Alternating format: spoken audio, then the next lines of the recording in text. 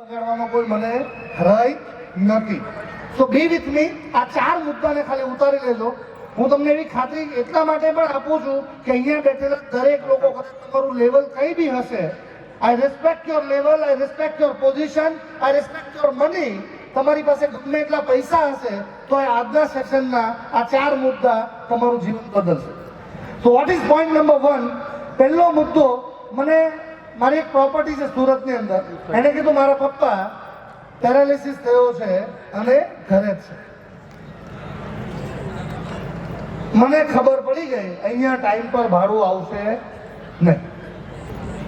અમારે એક નિયમ છે, કદાચ અહીંયા પણ એ જ હશે, કે જ્યારે તમે કોઈ પ્રોપર્ટી લઈને બરાબર તો 3 મહિનાનું ભાડું આપણે એક એડવાન્સમાં લેતા હોઈએ. મેં વ્યક્તિને એવું કીધું કે તું મને 3 મહિનાનું ભાડું નહીં આપતો, તું મને ખાલી 2 મહિનાનું ભાડું આપજો. 1.5 વર્ષ સુધી એને મને ગોળ ગોળ ફેરવ્યો. 1.5 વર્ષ પછી એ વ્યક્તિ, એને હું કહું છું ભાડું લેવા ગયો ત્યારે મારો સ્વભાવ થોડો શોર્ટ ટેમ્પર, એટલે ગુસ્સો આવી ગયો અને મેં એને કીધું કે જો ભાઈ, મારો બિઝનેસ નથી, મને આમાંથી કોઈ ફાયદો થવાનો નથી. હું તને એટલા માટે કહી રહ્યો છું કે તારે ઘરમાં તકલીફ ન પડે અને મને મારું ભાડું ટાઈમ પર મળે. આટલું બોલીને હું મારું ઘર તરફ નીકળું છું. 13 કિલોમીટર દૂર મારું ઘર છે. હું ત્યાં પહોંચ્યો ને ત્યાં સુધી એનો ફોન આવી ગયો બાજુવાળાનો કે તમારો ભાડો પેલું પડ્યો છે. બહાર નીકળવા જતા પાણીના પાઉચ પર પગ આવ્યો, લપસ્યો છે અને લગભગ ક્રેક ફ્રેક્ચર જેવું દેખાય છે. એટલે 2 મહિનાનો બેડ રેસ્ટ, 2.5 લાખનો ખર્ચો. Hello, R with me? મારા પપ્પા જ્યારે હોસ્પિટલમાં હતા ત્યારે છેલ્લા દિવસનું બિલ 2,86,000 રૂપિયા હતું. તારીખ 22 નવેમ્બર 2014. આપણે એવું કહીએ કે ભાઈ જીવતા રહ્યા ને તો લાખો કમાઈ લઈશું, પણ હજી સુધી કમાવાતા નથી. અને બહુ અઘરું છે પૈસા ઊભા કરવા, વાપરવાનું કદાચ બહુ જલ્દીથી થઈ જાય.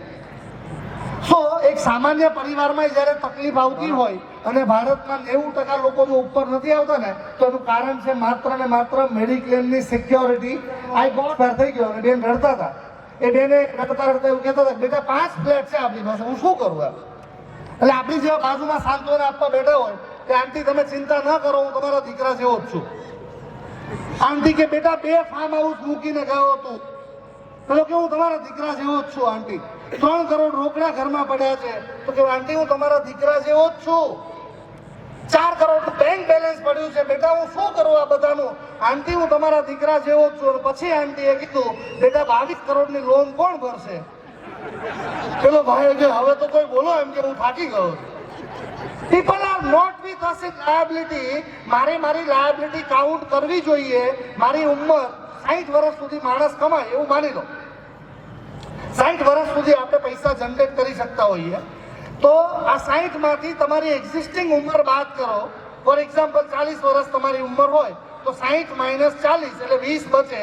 આ 20 વર્ષ માટે તમારી લાયબિલિટી સિક્યોર કરવાની જરૂર છે. કેવી રીતે થાય? તો કે 20 વર્ષ ગુણ્યા તમારો મહિનાનો ખર્ચો. એક્ઝામ્પલ, લાખ રૂપિયા તમારો મહિનાનો ખર્ચો છે, ઇન્ટુ 12 એટલે કેટલા? કેમ 12? 12 કેમ? 12 મહિના હોય એટલા માટે. એટલે 20 ગુણ્યા 1 લાખ ગુણ્યા 12 એટલે 2 કરોડ ને 40 લાખ મારી લાયબિલિટી છે. પ્લસ મારે કોઈને પૈસા આપવાના હોય તો એડ કરવું પડે. નહીતર તમારી કમલેશભાઈ ગયા હોય, કમલેશભાઈની શોક સભામાં બહાર પછી લોકો વાતો કરે કે કમલેશભાઈ માણસ બહુ સારો હતો, મારા 70,000 લઈ ગયો. એટલે આ બધી વસ્તુને લાયબિલિટીમાં ભરી લેવી જોઈએ. અને ભગવાનને જ્યારે તમે આ ચેક આપો ને, કે તમારા કુદરતને તમારે પ્રાર્થના કરી દેવી જોઈએ કે ભાઈ આ બંને ચેક, મેડિક્લેમનો અને ટર્મ ઇન્સ્યોરન્સનો, મારું ડોનેશન છે, મહેરબાની કરીને પકાવતા નહીં. Hello, are you with me? પહેલો મુદ્દો મેડિક્લેમ, બીજો મુદ્દો term insurance. Now V move on the third point, that is again a very important point for every individual. કારણ કે આ ત્રીજા મુદ્દા ઉપર જે લોકો કામ નથી કરતા એટલા માટે પૈસા ઊભા થતા નથી.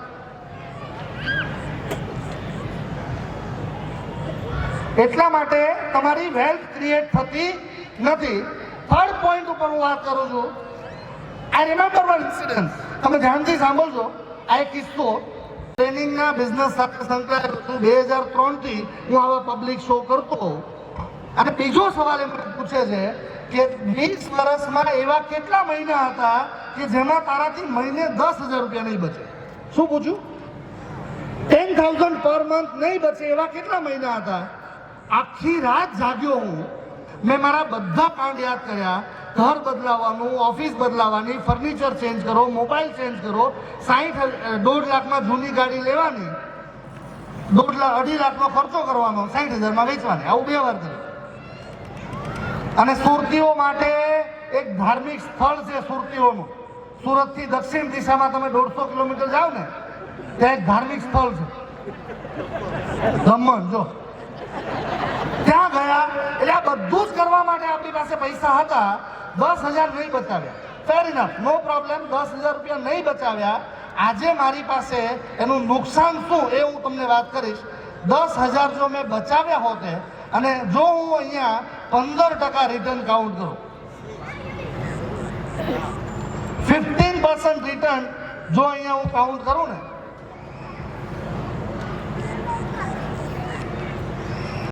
ખિસ્સામાંથી ગયા, બેંકમાંથી ગયા, મેં સોનું વેચી દીધું, વોટએવર, અથવા બહારથી લાવ્યો, આ 10 લાખ રૂપિયા મારે એક સાથે આપવા પડ્યા. એટલે મારી પહેલી ઇન્કમ 10,000 રૂપિયા જે એમાંથી હું જનરેટ કરી શકતો હતો એ નહીં થાય. પહેલું નુકસાન 10,000.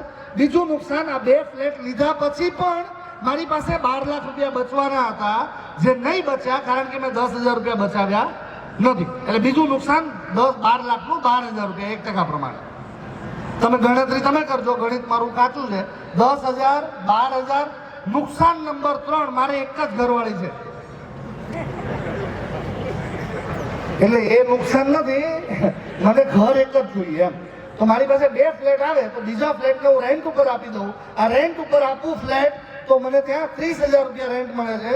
Let me consider 25,000, 10,000, 12,000, 25,000. અને ચોથું નુકસાન 60 લાખની લોન માટે, 50 લાખની લોનનો 60,000 રૂપિયા installment. It means it gives me a 1,07,000 rupees loss per month. Hello, are you getting my point?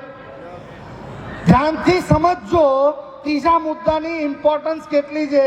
1901માં 1920માં ઘર ચલાવવા માટે તમને 1 રૂપિયો ચાલતો હતો.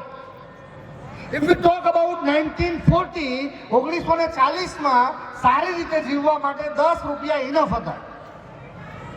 1960માં ઘર ચલાવવા માટે તમને 100 રૂપિયાની જરૂર પડતી હતી. દાદાને પૂછજો. 1980માં 1,000 થી ઘર ચાલતું હતું. 2000ની સાલમાં 10,000 રૂપિયા જોઈતા હતા. હમણાં કોવિડ ગયું. 2020માં 1 લાખ રૂપિયા હોય ને તો ઘર શાંતિથી ચાલે. હવે જો આ એક ઝીરો જો એડ થાય તો 2040માં તમારે કેટલા રૂપિયા જોઈશે? હલો, એકવાર છે ને સ્કૂલમાં ટ્રેનિંગ આપવા ગયેલો, 1.5 કલાક ભાષણ આપ્યું, ઓડિયન્સ હલ્યું જ નહીં. મેં તમને કીધું એમ આપણો મગજ ગરમ. પ્રિન્સિપલના કેબિનમાં ગયો અને હું ત્યાં જાઉં ને પહેલા પેલો પ્રિન્સિપલની આંખમાં પાણી, અને સાહેબ તમારો આભાર માની એટલો ઓછો છે. મેં કીધું કોઈ આભારની જરૂર નથી, બોલવાના પૈસા આપો એટલે હું ઘરે જાઉં. એટલે પૈસા તો મેં આપું જ છું સાહેબ, પણ આભાર એટલા માટે માનું છું કે અમારી બહેરા મૂંગાની શાળામાં આજ સુધી કોઈ આવ્યું જ નહોતું. હા, હવે નથી, બહેરા મૂંગા નથી. બસ પ્રૂફ આપવું પડે તમારે. 2040માં 10 લાખ રૂપિયા જોઈશે. જેની પાસે 5 કરોડ 10 કરોડની જગ્યા જાયદાદ હોય અને જેને કન્ફર્મ હોય કે 2040માં 10 લાખ રૂપિયા હું કમાઈ લઈશ, એ લોકો એ આ ભાષણ સાંભળવાની જરૂર નથી. અને જો નહીં તો મારું આજથી આ પેલા બેન સપનાની વાત કરતા હતા, રડાઈ જતું હતું મારાથી.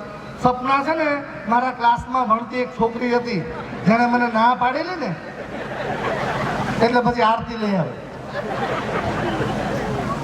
અને અહીંયા બેન સપના સપના કરે. જો હવે બોલશે ને તો મારાથી આ સેશન નહીં લેવાય. આજથી મારું એક જ સપનું હોઈ શકે, ગોલ હોઈ શકે, 2040 પહેલા મારે 10 કરોડની વેલ્થ ઊભી કરવી, જેનાથી 1% રિટર્ન જો મને મળે તો મારે 10 લાખ રૂપિયા મને વાપરવા માટે દર મહિને મળતા રહે. Are you with me? So we need to create 10 crore wealth from today. અને ઇનફ ટાઈમ છે. માર્ચ મહિનો ચાલે છે, 2 મહિના પૂરા થઈ ગયા છે. માર્ચની શરૂઆતનો પહેલો દિવસ છે આજે. 15 વર્ષ આપણી પાસે છે. આ 15 વર્ષમાં 10 કરોડ ઊભા કરવા જોઈએ. નાવ હવે મુદ્દો એ છે કે આ પૈસા બચાવવાની વાત તો તમને સમજાઈ ગઈ. બચાવવા જોઈએ. કેટલા બચાવવા જોઈએ? Minimum 10,000 or your 20% of your income. 20% તમારી આવકના અથવા તો 10,000 રૂપિયા તમારે બચાવવા જોઈએ. એવું નહીં કે હું 1 લાખ રૂપિયા કમાઉં તો મારે ખાલી 10,000 જ બચાવવાના. આ મુદ્દો હું તમને એટલા માટે કહું છું કારણ કે તમારી જનરેશનને આ મુદ્દો બહુ કામ લાગશે. એક છોકરાને એના પપ્પાએ સલાહ આપી, કેમ જરૂરી છે તમારી 20% બચત, એની વાત કરું છું. પપ્પા દીકરાને સલાહ આપે છે બેટા જીવનમાં ક્યારેય દારૂ પીવાય નહીં. દારૂ પીવાથી શું થાય તો કે પેલા 2 ઝાડ છે ને સામે એ 4 દેખાય, ડબલ દેખાય બધું. છોકરાએ કીધું પપ્પા એક જ ઝાડ છે. એલઈડી ના જમાનામાં ટ્યુબલાઇટ ચાલુ છે. તમારી નેક્સ્ટ જનરેશન નહીં સમજે જો તમે આ વસ્તુ ફોલો નહીં કરો. Check your third generation. હું તમને આજે ખાતરી આપું છું 2035માં ગોલ્ડનો ભાવ 5 લાખ રૂપિયા હશે. 2040માં ગોલ્ડ 10 લાખ રૂપિયા હશે. આ કેવી રીતે વધે? મોંઘવારી જેમ વધશે ને. તમે ગોલ્ડ લો ને ત્યારે એના ઘરેણા લો છો એટલે 20% લેબર ગઈ, પછી ઘરેણા મૂકીએ ક્યાં આપણે? હા, લોકર વાળો માસીન દીકરો આપણો, એટલે લોકરનું ભાડું આપવાનું. તો ગોલ્ડ લેવાનું જ નહીં. ગોલ્ડ લો ને તમે, તમારે પહેરવા માટે ગોલ્ડ લો. તમને તમારો ઘરવાળો બહુ વાલો હોય ને તો 2 કિલોનું મંગળસૂત્ર ટાંગીને ફેરો. મેં તો મારા બધા ગોલ્ડને લઈને બેંકમાં ગયો, મૂકી દીધું, મ્યુચ્યુઅલ ફંડમાં ઇન્વેસ્ટ કરી દીધું લોન લઈ. કઈ વધે ને કઈ નહીં, મારે આપવા તો નહીં પડે. 100 રૂપિયાની લોન લીધી. પેલા બેને કીધું બેંક વાળાએ આવતા વર્ષે 110 રૂપિયા તમારે આપવાના. મેં કીધું ઓકે. મ્યુચ્યુઅલ ફંડમાં પૈસા મૂકી દીધા, 100 ના થઈ ગયા 90.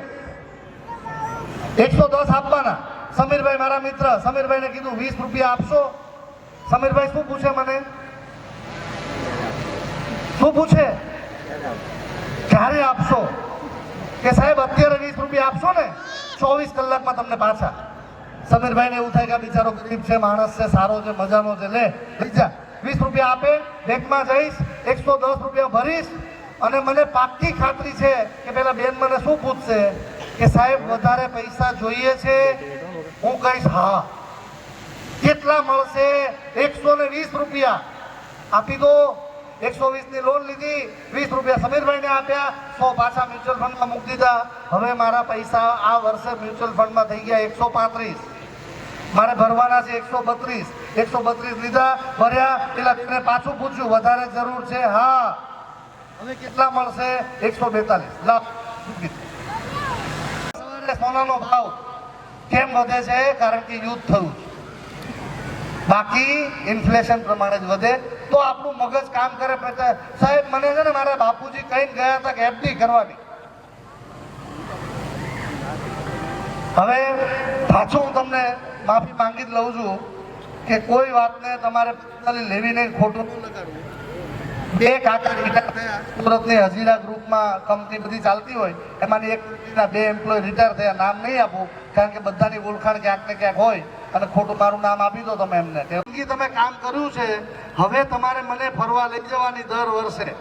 સિનિયર સિટીઝનને એફડીમાં કેટલા રૂપિયા મળે? વ્યાજ કેટલા મળે? 7.5% ગણી લો સિનિયર સિટીઝનના. 75,000 રૂપિયાથી કાકા ને કાકી દર વર્ષે ફરવા જાય. એક વખત કાકાએ બેંકમાં જઈને વાત કરી, ભાઈ મારા પૈસા છે 11 મહિના થયા, 11 મહિનાનું વ્યાજ આપી દે ને. 12મા મહિનાનું વ્યાજ આવતા વર્ષે આપજે. બેંક આપે? નહીં આપે. 30 તારીખે પૂરી થતી એફડી, 29 તારીખે પૈસા ન મળે. આપણને એવું ખબર નથી પડતી કે આ પૈસા મારા છે કે ના. એક વખત કાકા બીમાર પડી ગયા એટલે એને 75,000 રૂપિયા આવ્યા. એ 75,000 દીકરાને આપ્યા, બેટા દે જા, તું 4 ધામની યાત્રા કર. છોકરો 4 ધામ કરવા ગયો, દીવ, દમણ, ગોવા ને આબુ. 75 પૂરા. આવું કરતા કરતા 30 વર્ષ કાકા જીવી ગયા. અને પૈસા એમની પાસે કેટલા આવ્યા, છેલ્લે કેટલા બચે?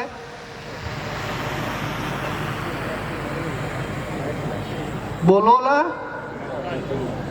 10 લાખ રૂપિયામાંથી દર વર્ષે 75,000 રૂપિયા વ્યાજ લઈને વાપરી નાખવાનું, તો 30 વર્ષે કેટલા રૂપિયા બચે? 10 ના 10. હવે બીજા એક કાકાને એફડી જ કરવાની હતી, પણ એની ઘરવાળી થોડી માથા ફરે. એટલે એ શું કીધું કે જો ભાઈ આપણને છે ને વર્ષે ફાવે, દર અઠવાડિયે ફરવા લઈ જવાની. એટલે આપણા પુરુષોનો સવાલ હોય કે ભાઈ તું ક્યાં લઈ જાવ તને દર અઠવાડિયે કેફેમાં જવાનું? તો કે ત્યાં જઈને શું કરશું આપણે? તો કે કેફેમાં જવાનું, તમારે મારા માટે કોફી મંગાવવાની, અને પછી હું તમારી સાથે ઝઘડો કરીશ કે તે મારા માટે કોફી કેમ મંગાવી. હવે 2,000 રૂપિયા લઈને પૈસા જોઈએ, મહિનાના 8,000, વર્ષના 96,000. રસ્તામાં સમીરભાઈ જેવો હોશિયાર માણસ કોઈક મળે, એને પેલા કાકાએ તકલીફ કીધી. એને કીધું કાકા હું તમારું સોલ્યુશન આપી દઉં. 10 લાખ રૂપિયા એક ઇન્વેસ્ટ થયા, દર મહિને 8,000 રૂપિયા વપરાવા માંડ્યા. 30 વર્ષે 28,94,000 વપરાઈ ગયા. અને 30 વર્ષ પછી આ 10 લાખની ઉપર જો કોઈ પૈસા વધે તો કેટલા વધી શકે? આ પૈસા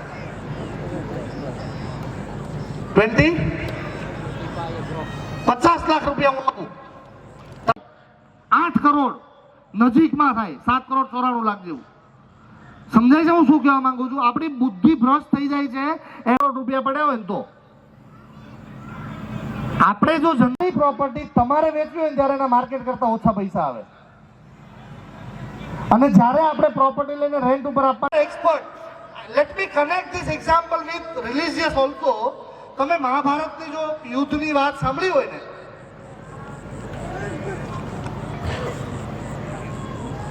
મહાભારતના યુદ્ધ પહેલા કૃષ્ણએ પહેલી ઓફર અર્જુનને આપેલી કે ભાઈ તારી પાસે 2 ઓપ્શન છે, એક હથિયારો સાથેની સેના અને બીજો હથિયાર વગરનો હું.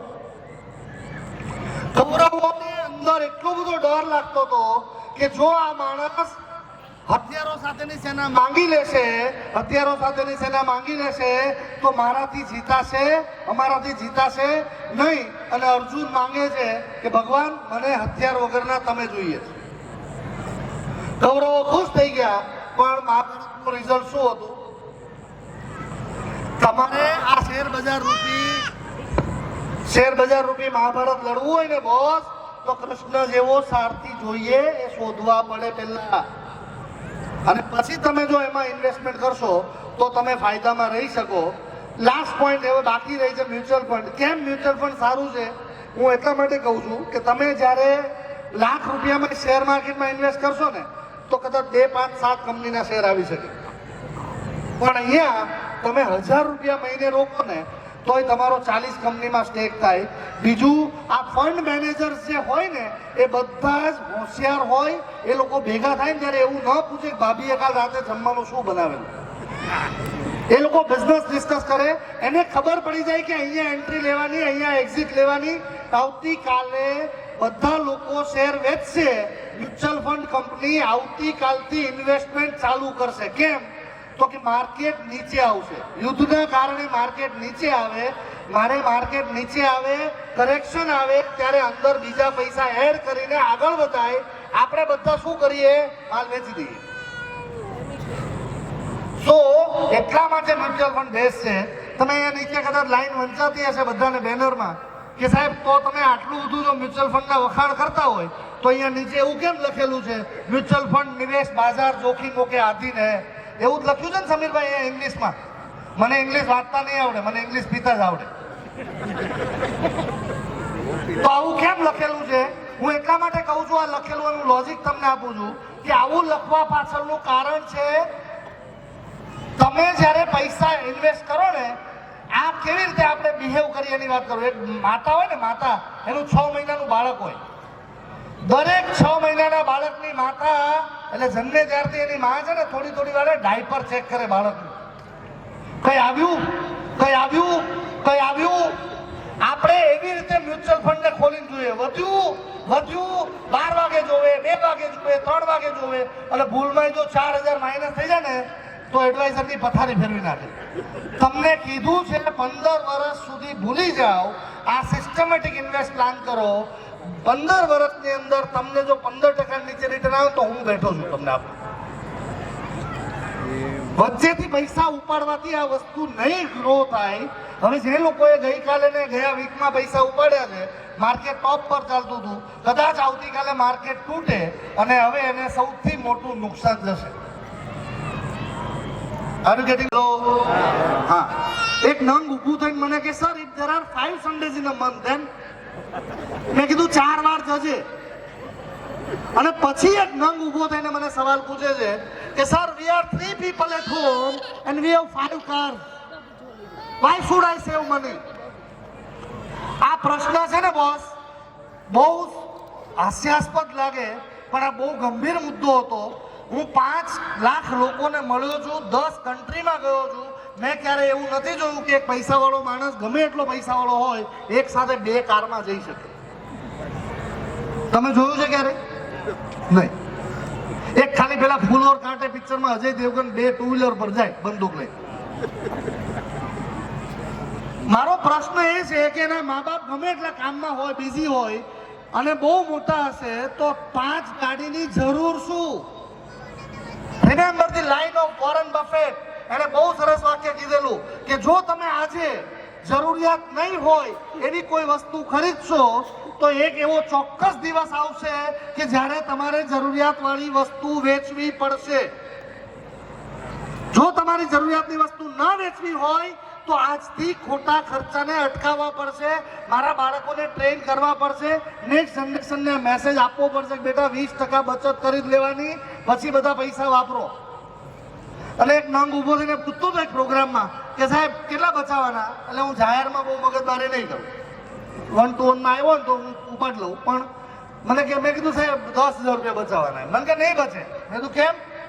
તો કે સાહેબ 50,000 ની આવક છે, 10 બચાવું, 60 નો ખર્ચો છે. બહુ પ્રેક્ટિકલ સોલ્યુશન આપ્યું મેં કીધું સુરતમાં છે ને પેલી સિટી બસ 30 રૂપિયામાં આખો દિવસ ફેરવે. તું પેલા સૌથી પહેલા તારી બધી ભૌતિક સમૃદ્ધિઓ કાઢ નાખ. ગાડી, કાર હોય તો વેચી નાખ. ઘરમાં ટીવી, મોબાઈલ બધું બંધ કરી દે. એના રિચાર્જના પૈસા બચતા થઈ જશે. 3 ટાઈમ જમતો હોય તો 2 ટાઈમ જમજે, 2 ટાઈમ જમતો હોય તો 1 ટાઈમ જમજે, 1 ટાઈમ જમતો હોય તો જમવાનું બંધ કરી દેજે. કારણ કે તું પૃથ્વી ઉપર બોજ છે, જલ્દી મર. ગુજરાતમાં રહીને તમે એમ કહો કે મારી પાસે પૈસા નથી આવતા. સુરતની અંદર અને કદાચ ભરૂચમાં તમે જોતા જશો, અભણ બહેનો સાઈડમાં કામ કરીને ચોટાડશે, બોક્સ બનાવશે, આવું કરીને 10-15 હજાર કમાય. તું પાનના ગલ્લા પર સાંજે 6 વાગે વિરાટ કોહલીએ રિટાયર થઈ જવું જોઈએ અને હવે તો બુમરાહને બોલ લાગતા નથી આવડતી, મોદી સાહેબ આમ છે, ટ્રમ્પ આમ છે. તું દુનિયાની આખી પાર્લામેન્ટ ફેરવે છે, તારા ઘરમાં તારાથી ટેબલ નથી હલતું. પેલા એ કર. ધંધો વધારવામાં ધ્યાન આપ, બચતમાં કોમ્પ્રોમાઇઝ થાય નહીં.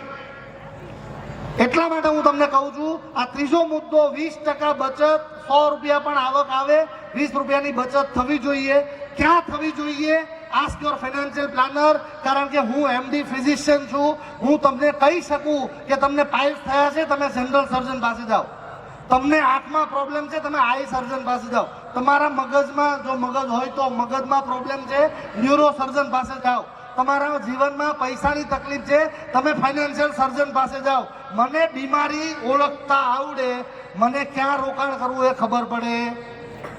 સો we need to find the expert અને એક્સપર્ટની સલાહ મુજબ કામ કરાય. દાપણ કરવાથી, દોઢ ડાયું થવાથી ઘણા બધા લોકોએ સુઝલોન શેર 6 રૂપિયામાં લીધેલો અને 12 રૂપિયામાં વેચીને નીકળી ગયા. આપણું મગજ વાપરવાનું નહીં. આ એક બહુ મહત્વનો મુદ્દો હતો ત્રીજો. જો આ બાળકોને શીખવાડી દીધો તો તમારી 7 પેઢી ક્યારેય ગરીબ રહેશે નહીં. અને હવે ચોથા મુદ્દા તરફ જઈએ છે. આઈ રિક્વેસ્ટ વન પર્સન, કોઈ એક એવો વ્યક્તિ કે જેની ઉંમર 35 થી 40 વર્ષની હોય અને જેની હોમ લોન ચાલતી હોય, એવું કોઈ વ્યક્તિ અહીંયા સ્ટેજ ઉપર આવી જાવ ફટાફટ. આપણે 5 મિનિટમાં હવે આગળના સેશન તરફ 35 થી 40 વર્ષની વચ્ચે, રાઈટ? કોઈ છે જેમની ઉંમર? હા સર, આવી જાઓ. વિશેષભાઈ એક કન્ડિશન છે ખાલી, આ બધાની સાક્ષીમાં તમારે મને સાંભળીને પછી જવાબ આપવાનો. હો, તમારી લોનમાં તમે એવું કીધું હશે કે આટલા રૂપિયા આટલા વર્ષ માટે હું ભરીશ. અને તમારે એટલા જ રૂપિયા એટલા વર્ષ માટે જ ભરવાના. તમારી લોન હું તમને ફ્રી કરી આપું અને પછી તમારી પાસે જેટલાની લોન છે એના 3 ગણા રૂપિયા આવે તો તમારે એમાંથી 10% રૂપિયા મને આપી દેવાના. વિચારે છે ભાઈ? નહીં ચાલે. આપવાના? મંજૂર. તમારી સાક્ષીમાં કીધું છે જેટલા લોકોની લોન ચાલતી હોય અને જેટલા ટેકનિકનો ઉપયોગ કરે એ બધાએ 10% મને શોધીને આપી દેવાના. નહીં તો તમારા પૈસા છે ને 4 ધામમાં વપરાઈ જશે, તમારા છોકરા વાપરી નાખશે. મને કહેતા નહીં પછી. બરાબર? ચાલો, let me take this example. This is the 4th and last point. કરોડપતિ લોકો જે વાપરે છે એમાંનો 4થો મુદ્દો આપણે વાત કરી રહ્યા છીએ. તમે અહીંયા જોઈને તમે મને માહિતી આપતા જાઓ એ પ્રમાણે આપણે વર્કઆઉટ કરીએ. કેટલા રૂપિયાની લોન છે તમારી? 13 લાખ. 13 લાખ રૂપિયાની લોન. 13 લાખ. કેટલું રેટ ઓફ ઇન્ટરેસ્ટ છે? 8%. હા. કેટલા વર્ષની લોન છે? 15 વર્ષની. ચાલો, હવે હું તમને હપ્તો પૂછું છું. 12,423 આવો હપ્તો આવે છે? હા. બરાબર. જો એમને હા પાડી, હવે એમણે કોઈ પણ જાતના આલ્કોહોલિક દ્રવ્યોનું સેવન કર્યા વગર 42 સાઇન કરીને બેંકને એવું કીધેલું કે હું 15 વર્ષ માટે જો તમને દર મહિને 12,423 રૂપિયા નહીં આપું તો તમારે ઘર લઈ લેવાનું. બરાબર સાહેબ? હા. પરફેક્ટ. આવું બધાએ કર્યું હશે. અચ્છા, લોન તમે 15 વર્ષ ચલાવશો? ના. હા, નહીં. પ્રોબ્લેમ સૌથી મોટો અહીંયા છે. આપણને મોબાઈલમાં જ્યારે પેલો વિડીયોની લિંક આવે ને કે આપ કર્જા મુક્ત હોના ચાહતે હો એટલે આપણે સમજો કે હા જલ્દી क्लिक करसे. अगर आपका 20 साल का लोन 13 साल में खत्म करना है, हर साल से 2 हफ्ता ज्यादा भरो. હું તમને અહીંયા ઊંધી વાત કરું છું. 12,423 જ ભરવાના, 15 વર્ષ જ ભરવાના, પણ હું કહું એવી રીતે ભરવાના. આ લોન ને તમારે 30 વર્ષ કરી દેવી જોઈએ. આ 30 વર્ષની લોન થાય એટલે તમારો હપ્તો આવે 9,538. 12,400 માંથી તમારો 9,500 નો હપ્તો બાદ થાય એટલે તમારા પૈસા તમારી પાસે બચે છે 2900 રૂપિયા. હવે સમજી લેજો ધ્યાનથી. ન સમજાય તો સમીરભાઈને રૂબરૂમાં મળજો એટલે તમને વધારે ડિટેલમાં સમજાવી શકશે. તમારે 2900 રૂપિયાની એસઆઈપી કરવાની. શું કરવાનું? એસઆઈપી. 2900. અત્યારે તમારી એસઆઈપી ચાલતી હોય તો ભલે ચાલે. આ એડિશનલ એસઆઈપી કરવાની, કારણ કે આ મફતમાં થાય છે. હા. હપ્તાના પૈસા બચાવીને 2900 રૂપિયા ભર્યા. If I am expecting a return of 15% અને 15 વર્ષ સુધી તમે જો આ એસઆઈપી કરશો તો તમારા પૈસા આવશે 17,90,000. બરાબર. હવે આ 17,90,000 ને મારે શું કરવું જોઈએ? તો કે સિસ્ટમેટિક વિથડ્રોલ પ્લાનમાં 17 લાખ મૂકી દેવાના, 90,000 મામાને ઘરે જઈને કે દક્ષિણ દિશામાં જઈને વાપરી નાખવાના. 17 લાખ રૂપિયા. તમારે કેટલા રૂપિયાનો હપ્તો આવે દર મહિને? 9,538. 15 વર્ષ બાકી છે ને? હા. તમે લોન ભરવા માટે 15 વર્ષ બાકી રાખ્યા. હજી આ 9,538 નો હપ્તો, 15% રિટર્ન અને બીજા 15 વર્ષ તમારે પૈસા ભરવાના નથી. આ પૈસા ક્યાંથી ભરાશે? તમારા 17 લાખ રૂપિયામાંથી. અને જ્યારે આ તમારી લોન પતશે ને ત્યારે તમારી પાસે 79,44,664 રૂપિયા વધારાના આવે છે. વધારાના. સમજાય છે મારી વાત? એસઆઈપી ચાલે છે, ચાલવા દો. મારે ખાલી લોનનું ટેન્યોર વધારવાથી આ પૈસા હું એસઆઈપી કરી દઉં અને એ એસઆઈપી પછી હું એમાંથી એસડબ્લ્યુપી કરી દઉં તો 79 લાખ રૂપિયા વધારાના આવે છે, જેના 10% એટલે લગભગ 7,90,000 રૂપિયા મને મળવાના છે. તાળીઓના ગડગડાટથી તમે બ્રિજેશભાઈને વધાવી દો. ક્યાં વાત હે યાર, તાળીઓ જોરદાર થવી જોઈએ યાર. આને કહેવાય ફાઇનાન્શિયલ ઓડિટ. દરેક પૈસાવાળો માણસ છે ને પૈસામાંથી પૈસા કેમ બનાવવા એ વિચારે છે. આપણે આવું વિચારી શકતા જ નથી. મને જ્યારે સમજણ પડી ને ત્યારે મેં આ વસ્તુ કરી. ગોલ્ડને મેં જઈને લોન લઈ લીધી. મારા એક ક્લાયન્ટ પાસે 1 કરોડની પ્રોપર્ટી છે.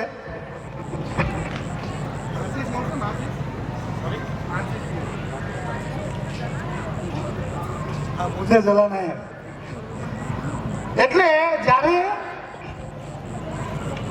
1 કરોડની પ્રોપર્ટી એની પાસે હતી, મેં એને અચાનક રાત્રે 2 વાગે વિચાર આવ્યો. 1 કરોડની પ્રોપર્ટી, એની ઉંમર 33 વર્ષની છે. જો એ વ્યક્તિ મોર્ગેજ લોન પણ લઈ લે, મોર્ગેજ એલએપી લોન અગેન્સ્ટ પ્રોપર્ટી પણ લે, 9.5% વ્યાજ ગણીએ તો એનો ઇન્સ્ટોલમેન્ટ આવે 82,500 રૂપિયા. કેટલા? 1 કરોડની પ્રોપર્ટી એમને પડી છે, પેપર ઘરમાં પડ્યા છે, પ્રોપર્ટી વેચવાની નથી, પ્રોપર્ટી કોઈને આપવાની નથી, ભાડે આપવી હોય તો તમે આપી શકો. આવી કન્ડિશનમાં મેં એની પાસે લોન લેવાનું કીધું. હવે તું લોન લઈ લે, આમાંથી જ તારા પૈસા ભરાતા જશે અને 30 વર્ષ તું આ પ્રોપર્ટી રાખી મૂક. જો ભૂલમાં I am telling you by mistake 20% return આવે ને, 20% રિટર્ન, તો લોન ભરાઈ ગયા પછી તમારા 1 કરોડના 110 કરોડ રૂપિયા થાય. તમે બેસજો તમારા ફાઇનાન્શિયલ પ્લાનર જોડે. આ મને જ્યારે રાત્રે 2 વાગે વિચાર આવે ને ત્યારે આઈ વોઝ શોક. કેટલી બધી આપણી પ્રોપર્ટીને આપણે બ્લોક કરીને મૂકી દીધી છે, એમાંથી પૈસા જનરેટ થાય. તમારો જે પોર્ટફોલિયો છે ને એમાંથી બીજા પૈસા જનરેટ થાય. તમારે આના માટેની ઓડિટ કરવું પડે. દર વર્ષે જો તમે ફાઇનાન્શિયલ ઓડિટ કરશો તો તમે પૈસાવાળા થઈ શકશો, એમાં તમને કોઈ રોકી શકશે નહીં. Let me invite 2 people on the stage. એક ભાઈ અને એક બેન ફટાફટ સ્ટેજ ઉપર આવી જાઓ. મારે છેલ્લી વાત કરવી છે. હવે સમીરભાઈ ડોળા કાઢે છે અને એનાથી મને બહુ બીક લાગે છે, કારણ કે સમીરભાઈ એટલે ઠક્કર છે, એની કોઈ લેતું નથી ટક્કર. અને જો ભૂલમાં તમે લઈ લો ને ટક્કર તો આવી જશે ચક્કર. અરે ક્યા વાત હે યાર. ચાલો ફટાફટ 2 વ્યક્તિ આવી જાઓ, એક ભાઈ એક બેન. એક ભાઈ અને એક બેન. હું જ્યાં સુધી કહું નહીં ત્યાં સુધી ફેંકવાની નહીં અને ઓલવવાની નહીં. અને ભૂલમાં જો પડી જાય તો પગ મૂકી દેજો. તો આવું ખબર નહીં, જોવો તો ખરા. અને આમ ઊંધી પકડશો ને તો સળગતી જ રહેશે. હા, જોઈ લો. ચાલો ધ્યાનથી બધા ધ્યાન આપજો. અહીંયા એમના માટે તાળી પાડો એકવાર. મોટું જોખમ લઈ લે. ચાલો સળગાઈ દો. Very good. ઊંધી પકડશો તો નહીં ઠરે. હા, ઓલવાવી ન જોઈએ, પકડી રાખવાની, તમારે કરવાનું. હા, તમે મારી વાત નહીં છે, મારી વાતનું ઉલ્લંઘન નહીં કરે. આમ પકડો બેન તો જલ્દી તમારે વાંધો નહીં આવે. આ ઠરી જશે, ઠરવી નહીં જોઈએ. હા, વેરી ગુડ. આ બેન મારી વાત માનશે જ, મને પાક્કી ખાતરી છે. ઓલવાવી નહીં જોઈએ અને ફેંકવાની નહીં. ઓલવાવી નહીં જોઈએ અને ફેંકવાની નહીં. ઓલવાવી નહીં જોઈએ અને ફેંકવાની નહીં. ઓલવાઈ જશે એમ કરશો તો નહીં. તમે મારી વાત નહીં માન્યા. શું થયું? હાથમાં પેલું એ થાય ને બસ દજાય. દજાય. શું થાય? દજાય. જિંદગીનો સૌથી ઇમ્પોર્ટન્ટ પૈસા માટેનો મેસેજ તમને આપું છું. પૈસા માચિસ જેવા હોય છે, વગર કારણે પકડી રાખવાથી દાઝી જવાય છે. ખોટા પૈસા બેંકમાં એફડીમાં રાખવાના નહીં, ઘરમાં રાખવાના નહીં. બેસો પ્લીઝ. ભારતની ઇકોનોમી કોવિડમાં સૌથી ઓછી તૂટેલી કેમ? કારણ કે છે ને મારી પાસે વોલેટ નથી, હું ઘરે જઈને પૈસા એમને મૂકું. રોજ એમાંથી એક નોટ ગાયબ થાય. મારા આંટીએ 7મી નવેમ્બર આંટી પાસે અંકલે પૈસા માંગ્યા કે તારી પાસે પૈસા હોય તો 2 દિવસ આપ, મારે પગાર આપવા માટે જોઈએ છે. આંટી બગડ્યા. તમે મારી પાસે કેમ પૈસા માંગો છો? હું થોડી કમાવા જાઉં છું? અંકલે કીધું બાપા ભૂલ થઈ ગઈ, બંધ થઈ જા. 8મી નવેમ્બર 2016 મોદી સાહેબને સાંજે શું થઈ ગયું ખબર નહીં, અને માઇક હાથમાં પકડ્યું. આંટીની આંખમાંથી એક એક આંસુ જાય અને એક એક નોટ બહાર નીકળે. 2,32,000 નીકળ્યા. હજી ગયા અઠવાડિયે ફોન કરીને મને કે ભાઈ 32,000 રહી ગયા. મેં કીધું રાખો. મને કે શું કરવાનું? મેં તમે ઉપર જાઓ ને ત્યારે ચારેય ખૂણા પર 8,000 બાંધવાના છે. ઉપર થમ્સઅપ પીવા મળશે. મેં કોવિડમાં ઇકોનોમી કેમ ઓછી તૂટેલી હતી? કારણ કે દરેક સ્ત્રીએ ઘરમાં બચત કરી હતી. એટલા માટે હું કહું છું, દરેક સ્ત્રીનો જન્મસિદ્ધ અધિકાર છે પૈસા પર ચોરવા. પણ પતિના પૈસા ચોરવાના, અને એ પણ પોતાના પતિના, બાજુવાળાના પતિના પૈસા ચોરવાના નહીં. દરેક બહેનોને વિનંતી છે, 300 રૂપિયા આપજો ઘરવાળાને. પિક્ચર જોવા જાય, બોર્ડર 2 2 વાર બોર્ડર 2 બતાવી દો. ઘરમાંથી બધી જગ્યાએથી પૈસા કાઢી અને એક સારી જગ્યાએ ઇન્વેસ્ટ કરી દેજો.